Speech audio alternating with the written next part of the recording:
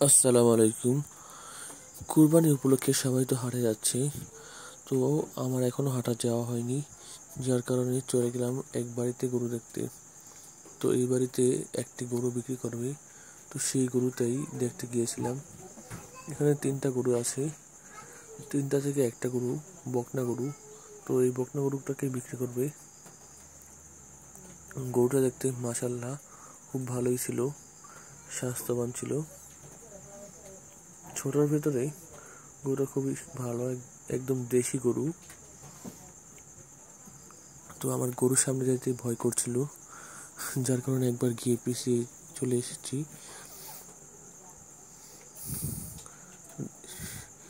দৌড়ে ঘুরে দিতে আসে,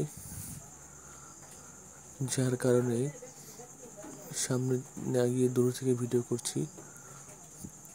তো ভিডিও করার মূল কারণ হচ্ছে গরুটাকে দেখানো হবে।